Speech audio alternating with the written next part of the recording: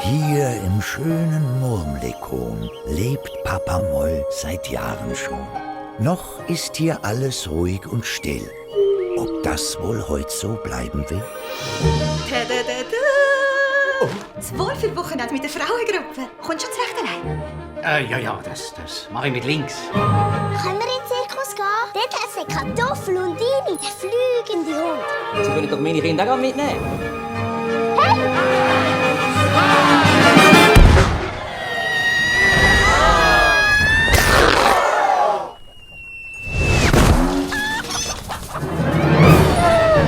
Ich glaube, er möchte mit mir kommen.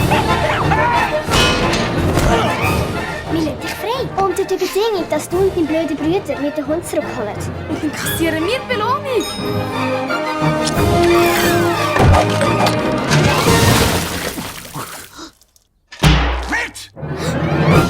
Herr Moll, Sie müssen dringend in die Fabrik kommen. Sie macht komische Geräusche. Haben Sie das mit dem gestohlenen Hund gehört? Ist alles gut? Was geht schon wieder los?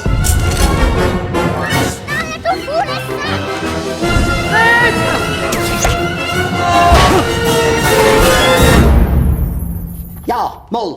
Hallo, ich wollte nur fragen, ob bei euch alles in Ordnung ist. Ja, es ist alles wunderbar. Im Namen des Gesetzes! Verfolgung!